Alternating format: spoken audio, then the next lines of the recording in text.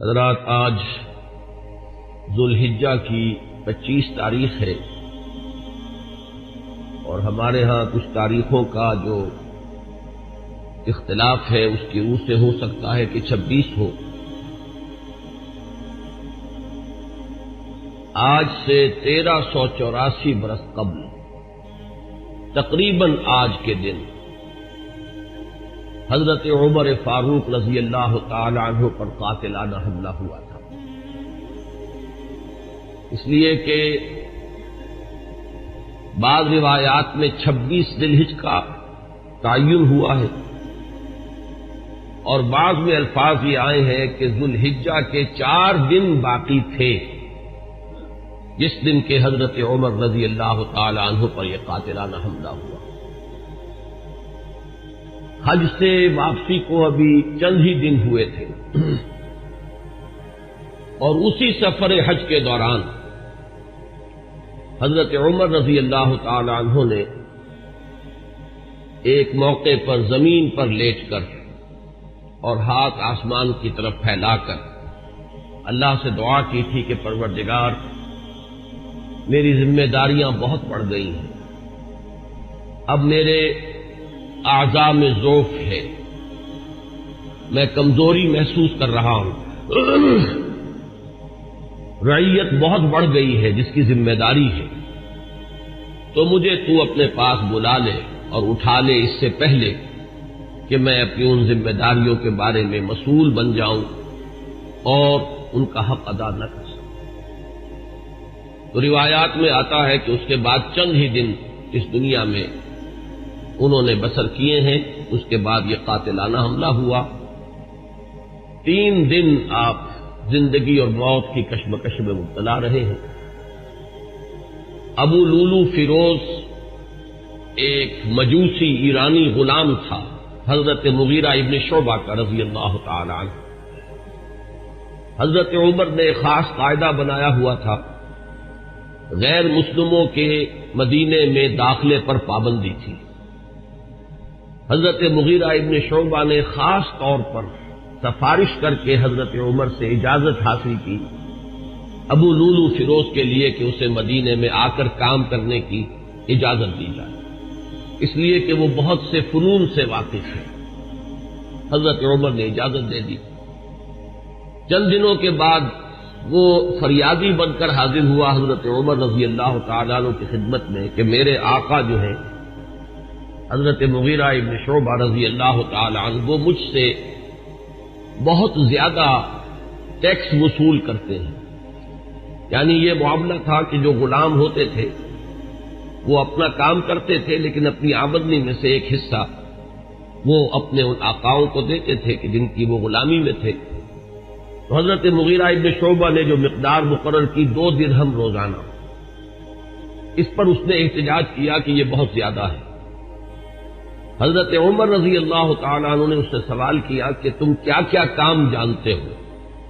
جب اس نے گنوائے کہ میں یہ کام جانتا ہوں تو حضرت عمر نے فیصلہ کیا کہ پھر یہ 2 درہم روزانہ زیادہ نہیں۔ اس پر وہ بہت غضبناک ہوا۔ حضرت عمر نے بھی اس سے ایک فرمائش کی کہ میرے لیے ایک ایسی چکی بنا دو جو ہوا سے چلتی ہو اور وہ آٹا پیسے۔ تو اس نے اسی غصے میں یہ کہا کہ ہاں، آپ کے لیے تو میں ایسی چکی بناؤں گا جس کی یاد رہتی دنیا تک باقی رہے۔ اس پر حضرت عمر نے جب وہ چلا گیا تو جو لوگ مجلس میں حاضر تھے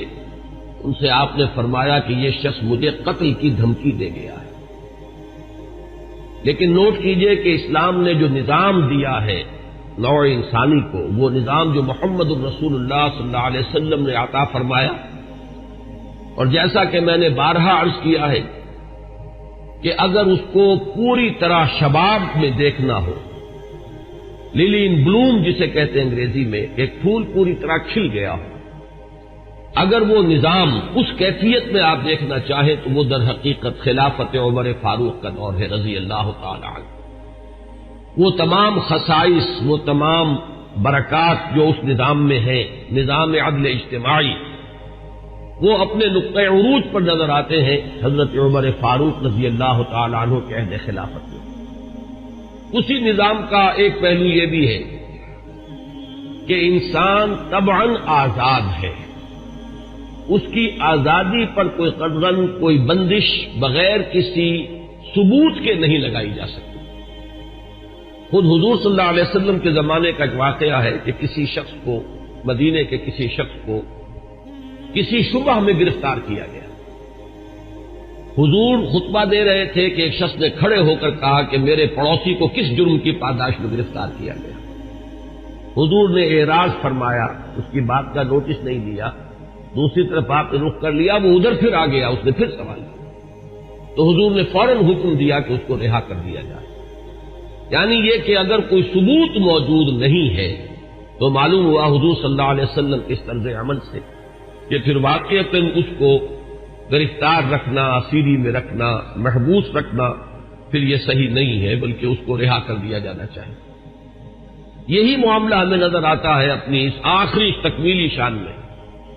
کہ حضرت عمر یقین کے ساتھ یہ بات کہہ رہے ہیں کہ یہ شخص مجھے قتل کی دھمکی دے گیا ہے، اور عمر فاروق رضی اللہ تعالی عنہ کوئی عام انسان نہیں ہے۔ 10 برس سے زائد عرصہ ہو چکا ہے کہ اسلام کی چکی جو چل رہی ہے تو اس کے مرکز جو ہے، اس کے جیسے کہ میں نے مثال دی تھی کہ حضرت علی رضی اللہ تعالی عنہ نے جب ایک موقع پر فارس کے محاذ پر، ایران کے محاذ پر صورتحال کچھ مخدوش ہو گئی تھی تو حضرت عمر نے یہ ارادہ کیا تھا کہ وہ خود محاذ پر جائیں اور مسلمان افواج کی کمان خود کریں، تو حضرت علی نے مخالفت کی تھی اور انہوں نے مشورہ دیا تھا اور یہ الفاظ فرمائے تھے کہ آپ کا اپنی جگہ سے ہی جانا یہ تو پورے اس نظام کے درہم برہم کرنے کا سبب بن سکتا ہے، اور یہی تشبیہ دی تھی کہ چکی اسی وقت تک چلتی ہے جبکہ اس کی وہ کلی اپنی جگہ پر قائم رہے، تو آپ کی مثال تو اس پورے نظام کے لیے اس کلی کسی ہے۔ تو 10 برس تک وہ چکی جو ہے گھوم رہی تھی اسی شخصیت کے گرد، اور کتنے فتوحات کا دائرہ کہاں سے کہاں تک پہنچا تھا۔ ایک اتنی بڑی کوئی سلطنت اس سے پہلے تاریخ انسانی میں کبھی وجود ہی میں نہیں آئی تھی، لیکن یہ کہ اس کے باوجود کہ اتنی عظیم سلطنت کے ذمہ دار ترین فرد ہیں حضرت عمر، میں حاکم کا لفظ استعمال نہیں کرنا چاہتا اس لیے کہ یہ لفظ بھی ہمارے اس نظام عدل اجتماعی کے ساتھ مناسبت نہیں رکھتا، نہ وہ حاکم تھے نہ حکمران تھے، وہ تو سید القوم خادمہم کی کامل مثال جو ہو سکتی ہے وہ حضرت عمر فاروق ہے رضی اللہ تعالی عنہ، لیکن یہ کہ اس نظام کی ذمہ دار ترین شخصیت ہے حضرت عمر، لیکن انہوں نے اپنے حفاظت کا کوئی اہتمام نہیں کیا، کوئی باڈی گارڈ کا انتظام نہیں کیا، دوسری طرف یہ کہ اس شخص کو قید نہیں کیا، اسے مدینے سے شہر بدر نہیں کیا، بلکہ یہ کہ چونکہ یقین ہے اس بات پر کہ زندگی اور موت اللہ کے ہاتھ میں ہے، لہذا وہ ہمیں نظر آتا ہے کہ ایک طرف توکل اس کی یہ شان ہے، دوسری طرف فراست کا یہ عالم ہے کہ اس کے اس جملے کی بات آپ نے پالی ہے کہ یہ مجھے قتل کی دھمکی دے گیا ہے، تیسری طرف اسلامی نظام میں لوگوں کی آزادی کا جو عالم ہے وہ نمایاں ہو رہا ہے، ایک ایسے شخص کو جس کے بارے میں شک ہے اس کو گرفتار نہیں کیا جا رہا، اس کے خلاف کوئی تعذیبی کارروائی نہیں ہو رہی۔ بہرحال اس شخص نے چند ہی دن کے بعد فجر کی نماز جب حضرت عمر فاروق ادا کرنے کے لیے آگے بڑھے ہیں اور آپ نے نیت باندھی،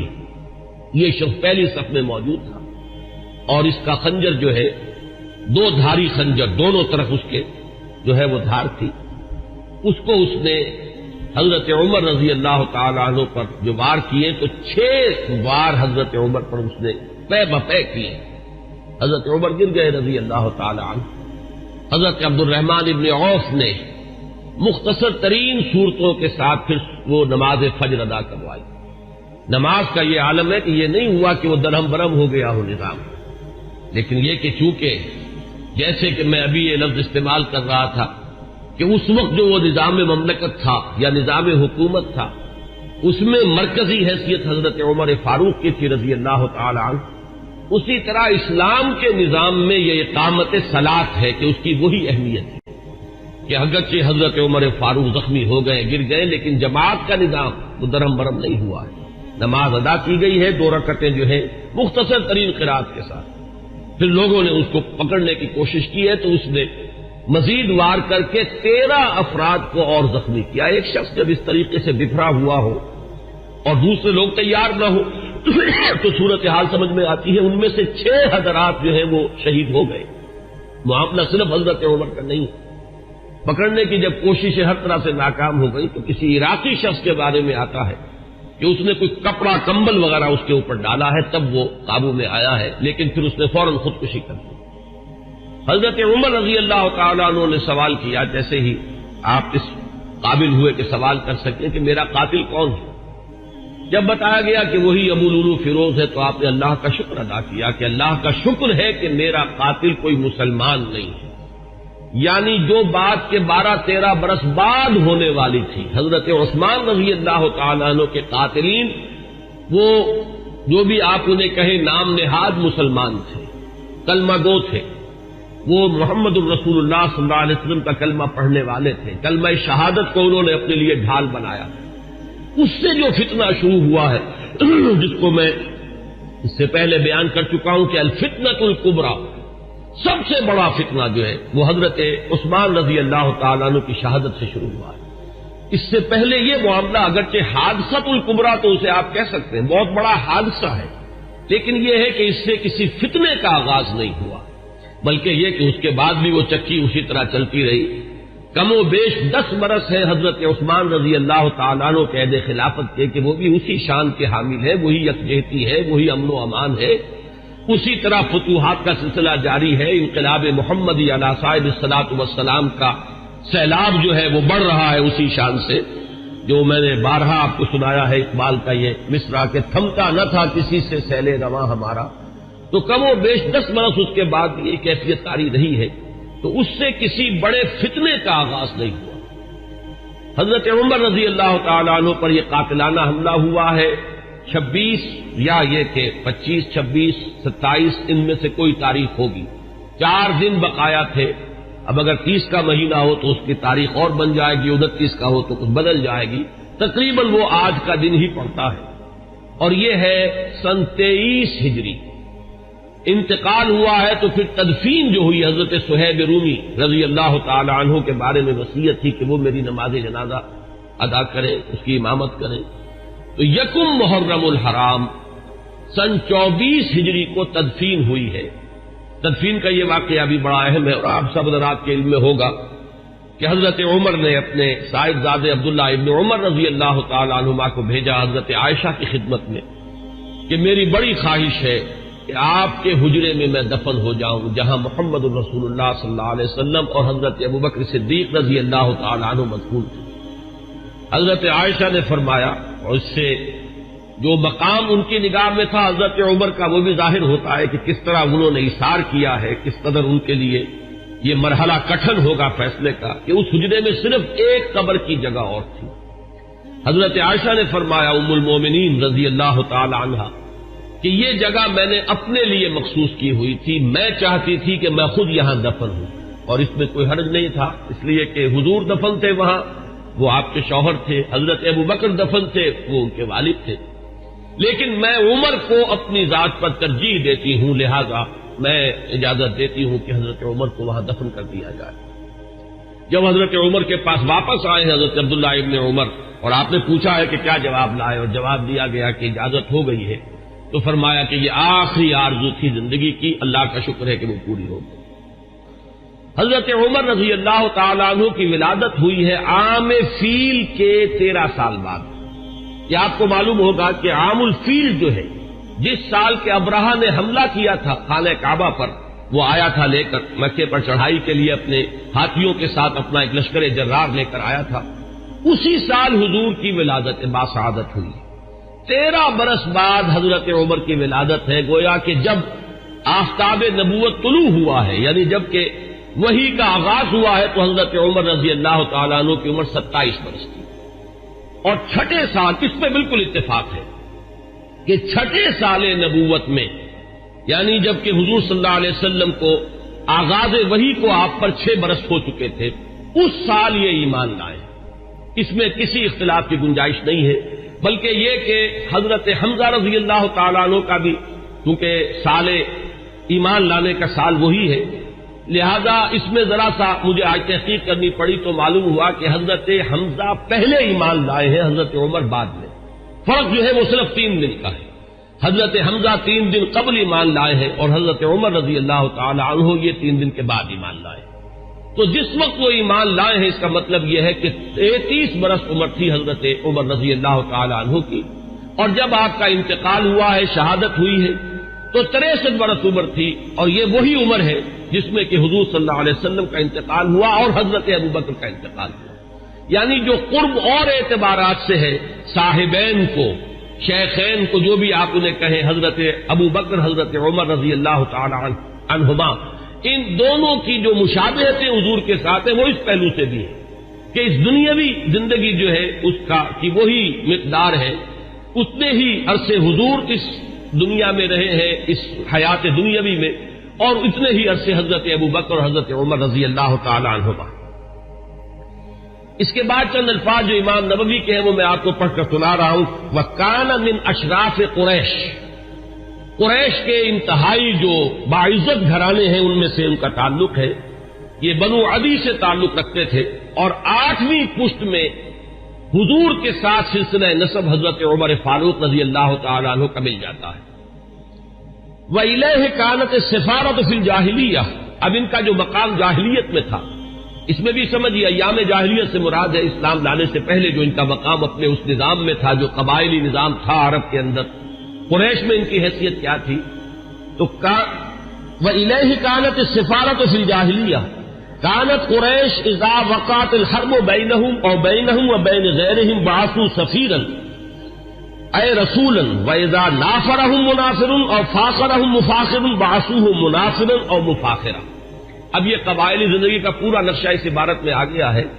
کہ جہاں کہیں کوئی جنگ ہوتی تھی، جھگڑا ہوتا تھا قریش کا خود اپنے اندر دو گھرانوں کے مابین، یا قریش کا بحیثیت قبیلہ کسی دوسرے قبیلے سے، تو حضرت عمر کو سفیر کی حیثیت سے بھیجا جاتا تھا. یہ ان کا مقام ہے. اور اگر کہیں کوئی مفاخرت ہو جاتی تھی، کہیں کسی بڑے شاعر اور خطیب نے کھڑے ہو کر وہ اپنے قبیلے کے جو ہے مفاخر بیان کیے، تو وہاں پر پھر مقابلے کے لیے بھی، اس تفاخر کے لیے بھی حضرت عمر کو بھیجا جاتا تھا. تو یہ ان کا مقام اپنی زندگی میں تھا. 2 روایات اب میں آپ کو سنا رہا ہوں حضرت عمر کے اسلام کے ضمن میں جو حضور کی دعا منقول ہے. ایک دعا جو ہے اس میں مشہور ہے، عام طور پر حضرت عمر کے موضوع پر، سیرت کے موضوع پر جو تقریریں آپ نے سنی ہوں گی ان میں آپ کی سننے میں آئی ہوگی. ایک دوسری ہے، وہ بھی میں چاہتا ہوں کہ آج آپ سن لیں. پہلی روایت امام ترمذی رحمۃ اللہ علیہ لائے ہے، اور اس کے راوی حضرت عبداللہ ابن عمر ہے رضی اللہ تعالی عنہما. ان النبی علیہ الصلوۃ والسلام قال، حضور صلی اللہ علیہ وسلم نے فرمایا، اللہم اعز الاسلام باحب هذین الرجلین الیک، بعمر بن الخطاب او بابی جہل بن ہشام. اور اسی روایت کو طبرانی نے حضرت ابن مسعود اور حضرت انس رضی اللہ تعالی عنہما سے روایت کیا. گویا کہ یہ 3 روایتیں ہیں، لیکن یہ کہ سند کے اعتبار سے جو امام ترمذی کی روایت ہے وہ چونکہ اونچی ہے لہذا متن اس کا دیا ہے. باقی یہ روایت جو ہے طبرانی لائے ہیں حضرت عبداللہ ابن مسعود سے اور حضرت انس سے رضی اللہ تعالی عنہ کہ اے اللہ، ان 2 اشخاص میں سے جو تجھے محبوب ہو اس کے اسلام کے ذریعے سے اسلام کو عزت عطا فرما. کون ہے وہ 2 اشخاص؟ حضرت عمر رضی اللہ تعالی عنہ، عمر بن الخطاب، اور عمرو ابن ہشام. ابو جہل اس کی اصل میں کنیت ہے، نام اس کا عمرو تھا. یہ عمر ہے، وہ عمرو ہے. عمرو ابن العاص واو آئے گا اس میں، لیکن وہ عمرو نہیں ہے بلکہ عمرو ہے، عمرو ابن العاص. یہ عمرو ابن ہشام تھا. میں اس سے پہلے بیان کر چکا ہوں کہ حضور نے ان دونوں کو کیوں سامنے رکھا. یہ ذہن میں رکھیے، اس کو میں اس وقت یہاں بیان نہیں کروں گا کہ شخصی اوصاف کے اعتبار سے شجاعت، بہادری، جس چیز کو تسلیم کر لے پھر اس کے لیے گردن کٹوانے کے لیے تیار ہو جانا. ایک وہ لوگ ہوتے ہیں جو حقیقت کو تسلیم بھی کر لیتے ہیں، لیکن یہ کہ پھر بھی وہ آگے نہیں بڑھتے، پیچھے ہی رہتے، بچ کر چلتے ہیں، اور وہ اپنا دامن جو ہے بچا کر جو ہے کسی چیز کا ساتھ بھی دیتے ہیں اور تحفظات کے ساتھ دیتے ہیں. ایک وہ لوگ ہوتے ہیں جو بات قبول کر لے پھر ہر کے بعد آباد، اب گردن بھی کٹوا دیں گے، جان دے دیں گے. ان اعتبارات سے مشابہت ہے حضرت عمر کی شخصیت میں اور ابو جہل کی شخصیت میں. اس نے بھی گردن کٹوا دی بالفعل اپنے اس دین باطل کے لیے، اور اس کی جو وہ کیفیت ہے وہ بارہا میرے بیان میں آپ سن چکے ہیں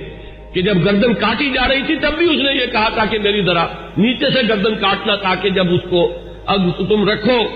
چڑھاؤ کسی نیزے کے اوپر تو اونچی نظر آئے، معلوم ہو کسی سردار کی گردن۔ تو یہ مزاج حضرت عمر کا بھی اسلام لانے سے پہلے مزاج یہی تھا، پہلوان آدمی تھے، تو کاش کے میلوں میں شہزوری کا مظاہرہ کیا کرتے تھے، کشتیاں کیا کرتے تھے۔ اور یہ امتزاج جو حضرت علی رضی اللہ تعالیٰ عنہ میں ہمیں نظر آتا ہے کہ وہ شجاع بھی تھے اور بہت بڑے عالم بھی تھے، یہی امتزاج حضرت عمر کی شخصیت میں، انتہائی شجاع، بہادر، میدان کے مرد، کشتیاں لڑنے والے، مقابلہ کرنے والے، اور پھر یہ کہ بہت بڑے ماہر انصاب، یہ بہت بڑا علم تھا اس وقت، بہت بڑے ناقد اور جو اشعار کے محاسن ہیں ان کو پرکھنے والے، اس کے بارے میں رائے دینے والے، اور فقہا میں تو پھر جو ان کا مقام ہے وہ آپ کو معلوم ہی ہے کہ یہ صلاحیتیں بھی تمام و کمال کہ علمی اور ذہنی صلاحیتیں بھی، اور پھر عملی جو ہے معاملہ وہ تو اظہر من الشمس ہے ہی۔ تو اس اعتبار سے ابو جہل ایک پہلو سے مشابہ تھا، اگر وہ بھی ایمان لے آتا، اور سورہ علق جو ہے قرآن مجید کے 30ویں پارے میں جس میں شروع میں 5 آیتیں وہ ہے کہ جو تقریباً اجماع ہے کہ وہ اولین وحی ہے جو حضور پر ہوئی ہے، اس میں جس شخص کا ذکر ہے وہ یہی ابو جہل ہے کہ اگر یہ شخص ایمان لے آتا تو کیا ہوتا۔ ارأیت ان کذب وتولی الم یعلم بان اللہ یری، یہ شخص جو ہے جو حضور صلی اللہ علیہ وسلم کی مخالفت میں قبر بستا ہے، اگر یہی شخص کہیں اسلام لے آتا تو واقعہ یہ کہ وہ عمر ثانی ہوتا، پھر حضرت عمر رضی اللہ تعالیٰ عنہ کے انداز کی اس کی شخصیت بھی ہوتی۔ تو یہ روایت جو ہے یہ تو بارہا آپ نے سنی ہوگی، اب ایک اور روایت میں آپ کو سنا رہا ہوں، اس کو امام حاکم نے حضرت عبداللہ ابن عباس رضی اللہ تعالیٰ عنہما سے روایت کیا ہے، اور اس کو امام طبرانی بھی لائے ہیں، اپنی اوسط میں تو وہ لائے ہیں حضرت ابو بکر سے روایت کر کے، اور اپنی کبیر جو ہے معجم الکبیر اس میں یہ حدیث ثوبان کی حیثیت سے آئی ہے، اس کے الفاظ سنیے۔ عن ابن عباس رضی اللہ تعالی عنہما ان النبی صلی اللہ علیہ وسلم قال اللہم اعز الاسلام بعمر بن الخطاب خاصۃ، اس روایت میں ابو جہل کا نام نہیں ہے، بلکہ خاص طور پر گویا کہ حضرت عمر ہی کے لیے حضور صلی اللہ علیہ وسلم دعا فرمائی اور اللہ تعالیٰ نے قبول فرمائی۔ اسی لیے ہمارے ہاں علماء حضرت عمر کے لیے لفظ استعمال کیا کرتے مراد رسول، کہ جن کے لیے خاص طور پر حضور صلی اللہ علیہ وسلم نے دعا کی ہے اور اللہ تعالیٰ نے آپ کی دعا کو شرف قبول عطا فرمایا ہے اور حضرت عمر بن الخطاب کو ایمان کی توفیق عطا فرمائی۔ اب میں آپ کو کچھ تو وہ اس سے پہلے کہ میں حضور صلی اللہ علیہ وسلم نے جو مناقب بیان فرمائے ہیں حضرت عمر کے وہ بیان کروں، چند اقوال بعض صحابہ کے۔ اخرج ابن سعد عن ذکوان قال قلت لعائشہ من سمى عمر الفاروق قالت النبی صلی اللہ علیہ وسلم، یہ ابن سعد طبقات ابن سعد کی روایت ہے ذکوان سے، وہ کہتے ہیں کہ میں نے حضرت عائشہ ام المومنین عائشہ صدیقہ رضی اللہ تعالیٰ عنہ سے سوال کیا یہ لفظ فاروق حضرت عمر کے نام کا جز کیسے بن گیا، کس نے نام رکھا فاروق حضرت عمر کا؟ حضرت عائشہ نے فرمایا خود حضور نے صلی اللہ علیہ وسلم۔ اس کی وجہ کیا ہے اگلے اقوال میں وہ آ جائے گی کہ جب حضرت عمر ایمان لائے ہیں تو پہلا شخص جس نے اپنے ایمان کا برملا اعلان کیا ہے اور جا کے نماز پڑھی ہے خانہ کعبہ میں کھلم کھلا، وہ حضرت عمر ہے۔ گویا کہ انہوں نے حق و باطل کے مابین ایک حد فصل قائم کر دی، یا یوں کہیے کہ دو ادوار ہیں مکی دور میں، ان دو ادوار میں حد فاصل ہے، فرق کر دینے والے حضرت عمر ہے۔ باقی بات صحابہ کے اقوال میں آپ کو اور سنا رہا ہوں تاکہ ان کی بھی آپ کے سامنے جو کنٹینٹ ہے واضح ہو جائے۔ واخرج ابن ماجہ والحاکم عن ابن عباس رضی اللہ عنہما، امام ابن ماجہ یہ تو آپ کو معلوم ہے کہ صحاح ستہ میں شامل ہے، اور امام حاکم نے روایت کیا ہے حضرت عبداللہ ابن عباس رضی اللہ تعالی عنہما سے، قال وہ فرماتے ہیں لما اسلم عمر رضی اللہ عنہ نزل جبرائیل فقال یا محمد صلی اللہ علیہ وسلم لقد استبشر اہل السماء باسلام عمر، جب حضرت عمر ایمان لائے تو حضرت عبداللہ ابن عباس فرماتے ہیں کہ حضرت جبرائیل حاضر ہوئے حضور کی خدمت میں صلی اللہ علیہ وسلم علیہ الصلوۃ والسلام، اور انہوں نے یہ فرمایا کہ اے نبی صلی اللہ علیہ وسلم آسمان والے بھی خوشیاں منا رہے ہیں عمر کے اسلام لانے سے۔ واخرج البخاری عن ابن مسعود رضی اللہ عنہ قال ما زلنا عزة منذ اسلم عمر رضی اللہ عنہ. حضرت ابن مسعود رضی اللہ تعالی عنہ سے روایت ہے، امام بخاری کی روایت ہے، یہ صحیح بخاری کی روایت. وہ فرماتے ہیں کہ جب ایمان لے آئے حضرت عمر تو پھر ہم پر کمزوری نہیں رہی، پھر ہم قوت والے ہو گئے، عزت والے ہو گئے. اب وہ بات نہیں رہی کہ ہم دبے دبے تھے، بلکہ ہماری بھی اب جو ہے ہمتیں بن گئی. ابن سعد کی روایت ہے طبرانی اور ابن سعد کی ابن مسعود سے رضی اللہ تعالی عنہ، یہ ان کا قول ہے. کان اسلام عمر فتحا وکانت ہجرتہ نصرا وکانت امامتہ رحمتا وَلَقَدْ رَأَيْتُنَا وَمَا نَسْتَطِيعُ أَن نُّصَلِّيَ إِلَى الْبَيْتِ حَتَّى أَسْلَمَ عُمَرُ فَلَمَّا أَسْلَمَ عُمَرُ قَاتَلَهُمْ حَتَّى تَرَكُونَا فَصَلَّيْنَا. حضرت عبداللہ ابن مسعود جو ہے یہ مناقب میں بیان فرما رہے ہیں، حضرت عمر کا اسلام لانا گویا کہ اسلام کی فتح تھی، ان کی ہجرت اسلام کی نصرت تھی، ان کی امامت اسلام کے حق میں رحمت تھی. اور ہم اپنے آپ کو دیکھتے تھے، یعنی ایمان لا چکے تھے لیکن ہم بیت اللہ میں نماز نہیں پڑھ سکتے تھے جب تک کہ عمر اسلام نہیں لے آئے. جب عمر اسلام لے آئے تو پھر انہوں نے مقابلہ کیا کفار کا، تو انہوں نے پھر ہم سے تعارض کرنا چھوڑ دیا. اب ہم نے بیت اللہ میں نمازیں پڑھنی شروع کر دی. یہی وہ لفظ ہے جس کی وجہ سے کہ حضرت عمر فاروق قرار پا رہے ہیں. واخرج ابن سعد والحاکم عن حذیفہ رضی اللہ عنہ لما اسلم عمر كان الاسلام كالرجل المقبل لا يزداد الا قربا فلما قتل عمر كان الاسلام كالرجل المدبر لا يزداد الا بعدا. یہ بہت ہی حکیمانہ قول ہے حضرت حذیفہ کا رضی اللہ تعالی عنہ، اور اسے امام حاکم نے اور ابن سعد نے دونوں نے روایت کیا ہے. یہ حضرت حذیفہ فرما رہے ہیں کہ جب حضرت عمر اسلام لے آئے تو اسلام ایک آنے والے شخص کے مانند ہو گیا کہ جو شخص آ رہا ہو وہ ہر لحظہ آپ سے قریب تر ہوتا چلا جا رہا ہے. گویا کہ یہ اسلام کی ترقی کا ایک اور اسلام کے اقبال کا یہ ایک کی علامت بنا ہے حضرت عمر کا اسلام لانا. ولما قتل عمر، اور جب عمر شہید کر دیے گئے رضی اللہ تعالی عنہ، کان الاسلام کالرجل المدبر، تو اب اسلام ایک جانے والے شخص کے مانند ہو گیا. لا یزداد الا بعدا، کہ جو جانے والا ہے وہ ہر قدم جو اٹھاتا ہے وہ ہم سے اور دور ہوتا چلا جاتا ہے. گویا کہ اسلام کی عزت کا جو نقطۂ عروج ہے، کلائمیکس ہے، وہ حضرت عمر کی ذات ہے کہ در حقیقت ان کے ساتھ ہی اسلام کا دور اقتدار شروع ہوا، غلبہ دور. وہ حدیث جو ہے بہت اہم ہے جو امام مسلم لائے ہیں حضرت ابو ہریرہ رضی اللہ تعالی عنہ سے، کہ حضور نے فرمایا بدا الاسلام غریبا وسیعود کما بدا فطوبى للغرباء. اسلام کا جب آغاز ہوا ہے تو وہ اجنبی سا تھا، لوگ اس کے جاننے پہچاننے والے نہیں تھے، کچھ اس کے ہمدرد و غمخوار نہیں تھے، بلکہ اصل میں تو مخالفت تھی، مقابلہ تھا.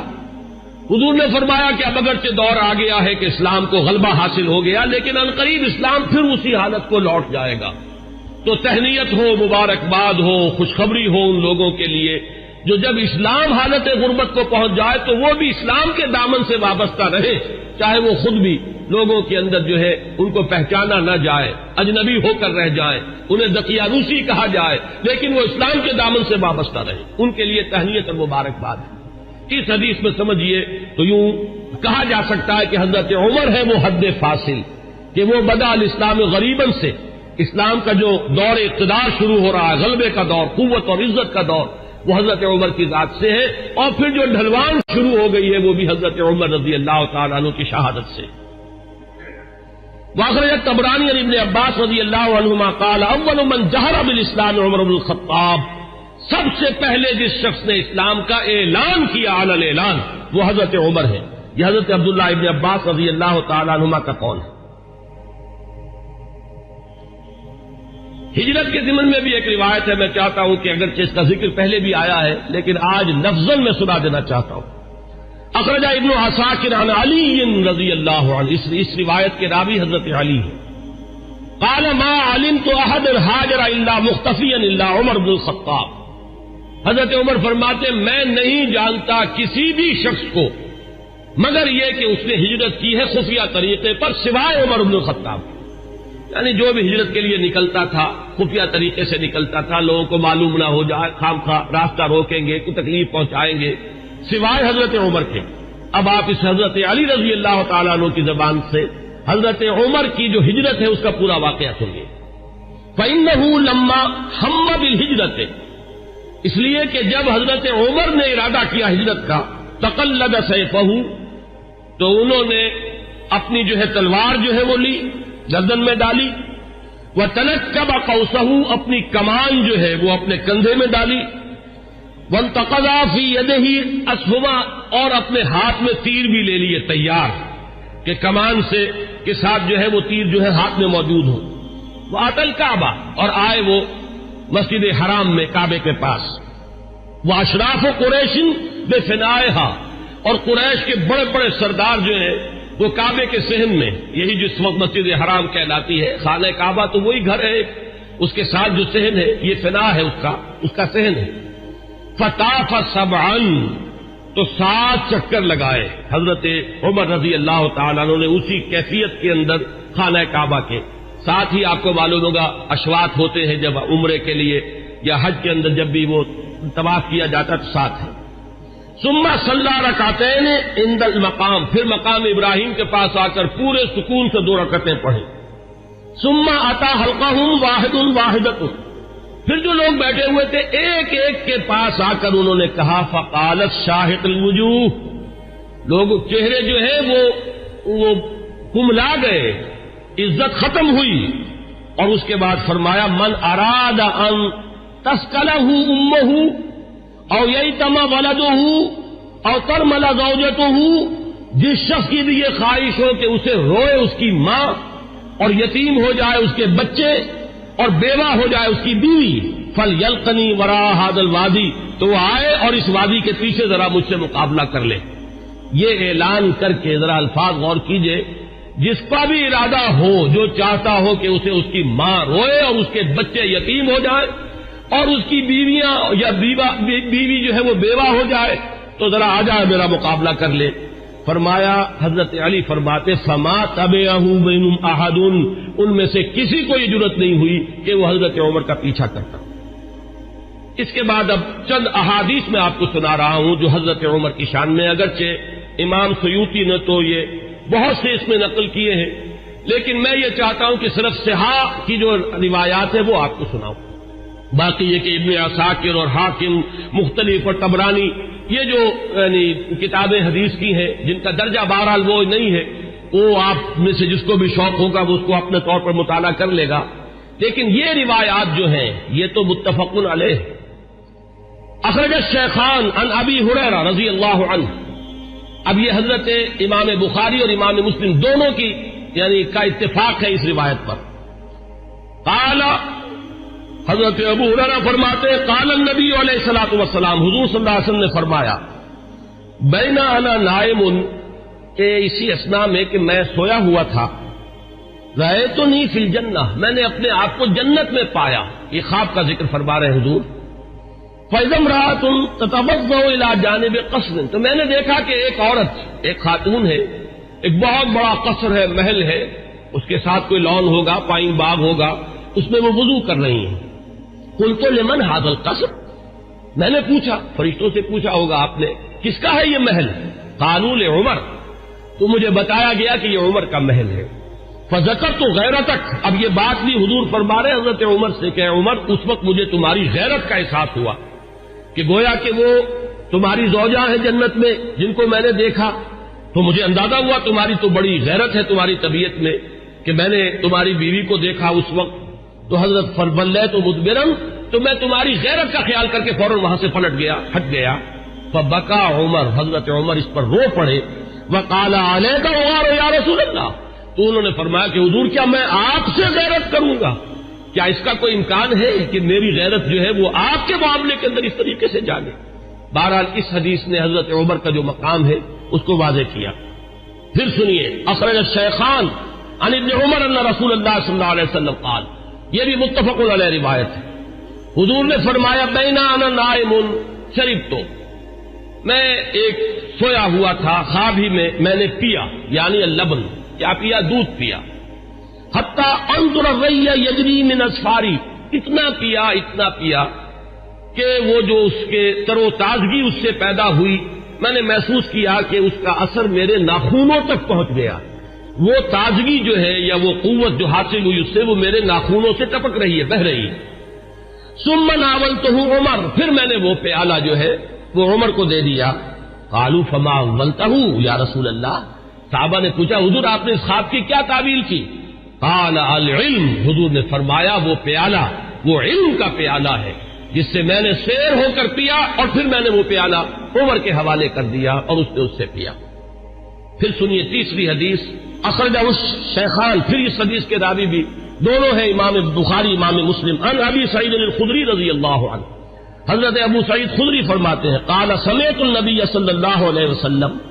حضور صلی اللہ علیہ وسلم سے میں نے خود سنا یقول، یہ فرماتے ہوئے بین انا نائم رأیت الناس عرضوا علی وعلیہم قمص، میں سویا ہوا تھا، میں نے دیکھا بہت سے لوگ میرے سامنے پیش کیے گئے، انہوں نے قمیصیں پہنی ہوئی ہیں لیکن ان قمیصوں کا سائز جو ہے بڑا مختلف ہے. فمنها ما يبلغ الصدى، ان میں سے کچھ ایسے بھی تھے کہ جن کی قمیضیں صرف سینے تک پہنچتی تھی. ومنها ما يبلغ دون ذلك، بہت سے ایسے تھے جن کی قمیضیں لمبی تھی، اس سے زیادہ تھی. وعرض علی عمر، اور اب میرے سامنے عمر کو پیش کیا گیا. وعلیہ قمیص یجرہ، ان پر اتنی لمبی قمیص تھی، اتنی لمبی قمیص پہنی ہوئی تھی، زیب تن کیے ہوئے تھے کہ وہ اسے گھسیٹ رہے تھے. یعنی وہ پیچھے پیچھے جو ہے، جیسے کہ پچھلے زمانے کے اندر بادشاہوں کا رواج ہوتا تھا ان کے، اور یہ ہمارے ہاں بھی جو جانگلیوں میں آپ نے دیکھا ہوگا تہمت جو ہے وہ زمین میں گھسٹتا ہوا چلے اپنے فخر اور غرور کے اظہار کے لیے، وہ نقشہ جو ہے کہ وہ اپنے اس قمیص کو گھسیٹ رہے ہیں. قالا، لوگوں نے پوچھا قالوا فما اولتہ یا رسول اللہ، حضور آپ نے اس کی کیا تعبیر فرمائی؟ قالا دین، حضور نے فرمایا دین ہے. یہ لوگوں کے حصے میں دین کے مختلف حصے آئے ہیں، کسی کے پاس بہت ہے، کسی کے پاس کم ہے، کسی کے پاس زیادہ ہے. حضرت عمر رضی اللہ تعالی عنہ کو اللہ تعالی نے دین کی دولت سے جس درجے سرفراز فرمایا وہ اس حدیث میں اس تمثیل سے واضح ہوئی. پھر سنیے، یہ بھی پھر متفق علیہ روایت ہے. یہ میں چاہتا ہوں کہ آپ حضرات کے سامنے یہ چیزیں آئیں تو اس پوری سند کے ساتھ آئیں. کس درجے کی یہ روایات ہے، یہ کہانیاں نہیں ہیں، یہ صرف زور خطابت نہیں ہے کہ جو لوگ اپنے انداز کے اندر آپ حضرات کے سامنے بیان کرتے ہو، بلکہ یہ کہ یہ حقائق ہیں وہ کہ جو ہمارے ہاں مستند ترین. اب ظاہر بات ہے کہ قرآن کے بعد مستند ترین ہمارے ہاں تو یہی دو کتابیں ہیں، صحیحین، صحیح بخاری اور صحیح مسلم. اس میں کسی کو بھی اہل سنت میں کسی شک و شبے کی گنجائش نہیں، اور ان کی یہ متفق علیہ روایات ہے. اس کے راوی حضرت سعد بن ابی وقاص رضی اللہ تعالی عنہ قال قال النبی علیہ الصلوۃ والسلام یا ابن الخطاب، حضرت سعد بن ابی وقاص فرماتے ہیں کہ حضور صلی اللہ علیہ وسلم نے فرمایا اے خطاب کے بیٹے رضی اللہ عنہ، والذی نفسی بیدہ ما لقیک الشیطان سالکا فجا قط الا سلک فجا غیر فجک. اے خطاب کے بیٹے، میں یہ دیکھتا ہوں کہ جس راستے سے تو چل رہا ہوتا ہے شیطان جو ہے اس راستے سے کنی کترا کر کسی اور گھاٹی میں سے نکل جاتا ہے. یعنی وہ آمنا سامنا کرنے کی قوت نہیں رکھتا ہے عمر تمہارے ساتھ. اب روایت جو ہے یہ صرف بخاری کی ہے، متفق علیہ نہیں، لیکن اصح الکتب بعد کتاب اللہ تو یہ صحیح بخاری ہے. عن ابی ہریرہ قال النبی علیہ الصلوۃ والسلام لقد كان فيما قبلكم من الامم ناس محدثون فإن يكن في امتي احد فإنه عمر. حضرت حضور صلی اللہ علیہ وسلم کا فرمان کیا ہے؟ حضرت ابو ہریرہ راوی ہے کہ حضور نے فرمایا کہ تم سے پہلی جتنی امتیں گزری ہیں، جتنے رسولوں کو اللہ تعالیٰ نے امتیں عطا فرمائی، ان میں محدث ہوتے تھے. محدث وہ ہے، اس کو میں نے پہلے بھی کبھی عرض کیا تھا کہ یہ لفظ جو ہے زبر اور زیر کے فرق سے بہت اس کے اندر معنی کا جو ہے فرق واقع ہو جاتا ہے. محدث یہ تو ہمارے ہاں محدثین کرام، امام بخاری، حدیث نبوی کے ماہرین عالمین وہ ہے محدثین. اور محدث وہ شخص ہوتا ہے جس سے اللہ کلام کرے، جسے اللہ کی طرف سے الہام ہوتا ہو، وہ محدث ہے. حضور نے فرمایا کہ تم سے پہلے جتنی امتیں بھی گزری ہیں ان میں محدث ہوتے تھے، میری امت میں اگر کوئی محدث ہے تو وہ عمر ہے رضی اللہ تعالی عنہ. اس کا ایک بڑا گہرا تعلق ہے کہ کتنی چیزیں، کتنے معاملات ہیں. اگرچہ میں نے نشان تو اور بہت سی روایات کے اوپر بھی لگائے ہوئے ہیں، لیکن میں سمجھتا ہوں کہ میں اسی پر اکتفا کروں. البتہ ایک چیز جو ہے حضرت عمر رضی اللہ تعالیٰ عنہ کے مناقب میں جو اہم ترین ہے وہ میں چاہتا ہوں کہ ذرا چند منٹ اور لے کر آپ کے سامنے بیان کر دوں، اور وہ اسی سے کہ محدث اس شخص کو کہتے ہیں جس سے اللہ ہم کلام ہوتا ہو، جس پر الہام ہوتا ہو، جس کا ملأ اعلیٰ کے ساتھ اتنا گہرا روحانی تعلق ہو، جس کی ذہنی مناسبت ہو کہ جو بات جو ہے دین میں ابھی آئی نہیں ہے وہ بھی حضرت عمر رضی اللہ تعالیٰ عنہ کے مزاج کی مناسبت سے ان پر منکشف ہو جاتی تھی. چنانچہ آپ نے خطبوں میں، ہمارے ہاں اہل سنت کے خطبوں میں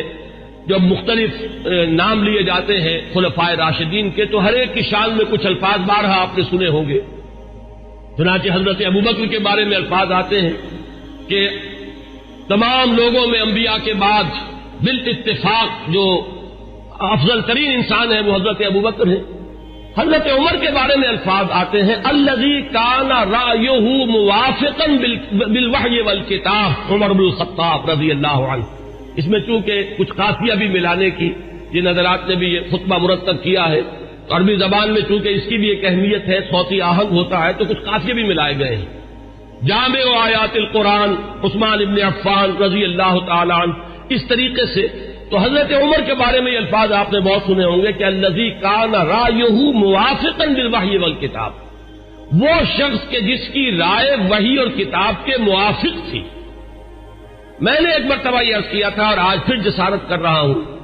کہ غیر شعوری طور پر ان الفاظ نے حضرت عمر کا درجہ گھٹا دیا ہے، اس لیے کہ یہ شان تو ہر صحابی کی ہے. ہو ہی نہیں سکتا کہ وحی اور کتاب کے موافق ان کی رائے نہ ہو. جب وحی اور کتاب آ گئی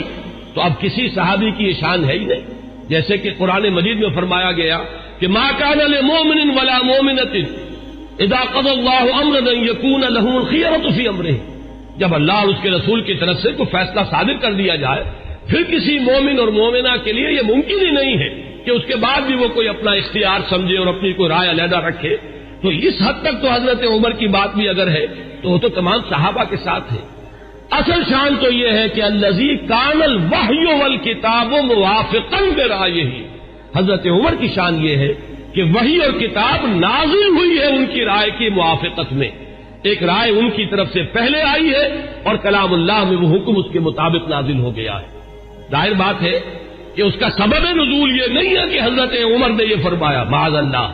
لیکن یہ کہ وہ موافقت نزول سے قبل کی مناسبت، وہ ذہنی اور باطنی اور روحانی اور قلبی جو مناسبت حضرت عمر کو حاصل تھی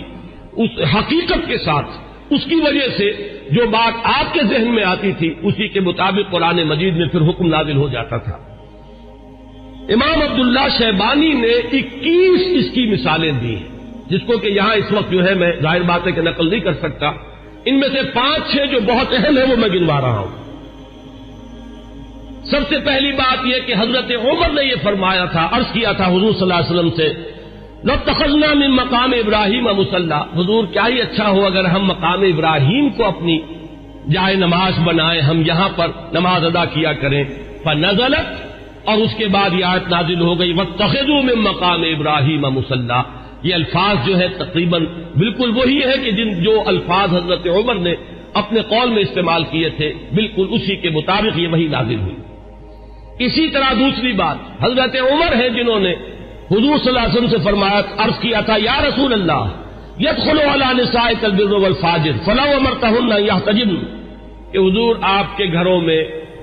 مومن بھی آتے ہیں، منافق بھی آ جاتے ہیں، نیک بھی آتے ہیں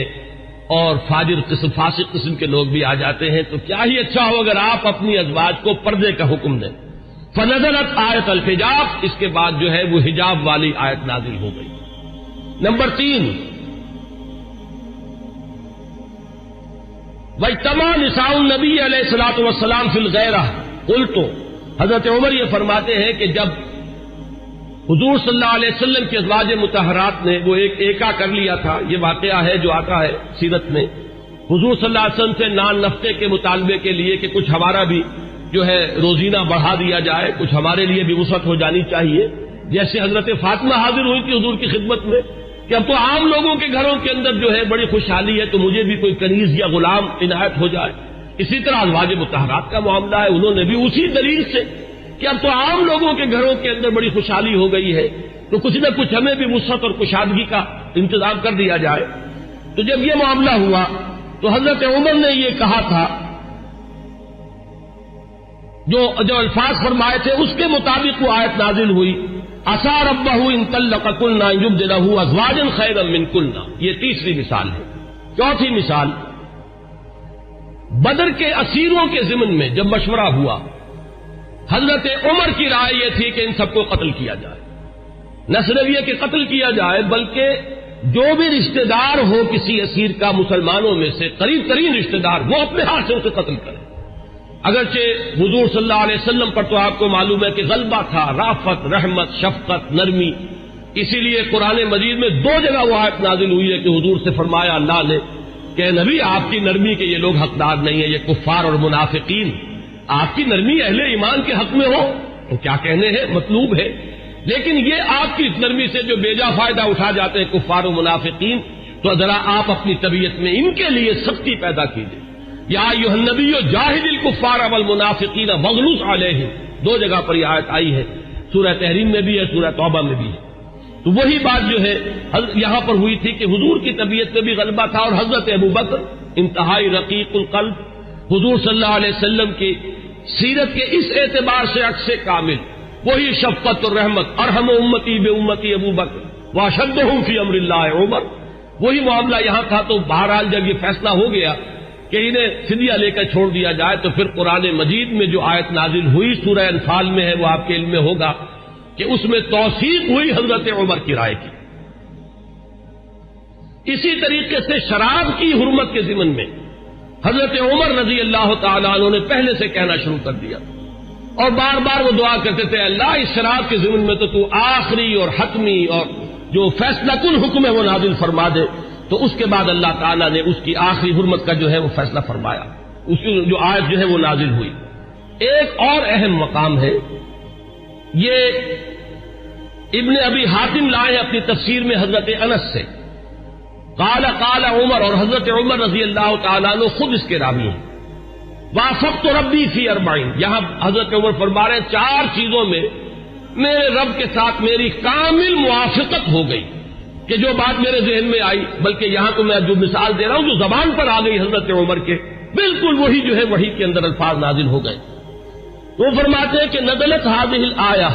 جب یہ آیت نازل ہوئی ہے سورہ مومنون میں ہے، وَلَقَدْ خَلَقْنَا الْإِنسَانَ مِنْ سُلَالَةٍ مِّن طِينٍ ثُمَّ جَعَلْنَاهُ نُطْفَةً فِي قَرَارٍ مَّكِينٍ ثُمَّ خَلَقْنَا النُّطْفَةَ عَلَقَةً فَخَلَقْنَا الْعَلَقَةَ مُضْغَةً فَخَلَقْنَا الْمُضْغَةَ عِظَامًا فَكَسَوْنَا الْعِظَامَ لَحْمًا ثُمَّ أَنشَأْنَاهُ خَلْقًا آخَرَ. جب یہ آیات نازل ہوئیں تو میری زبان پر فوراً الفاظ جاری ہو گئے، فتبارک اللہ احسن الخالقین، اور بین ہی یہی الفاظ بعد میں قرآن مجید میں بھی وحی کے ذریعے سے نازل ہو گئے.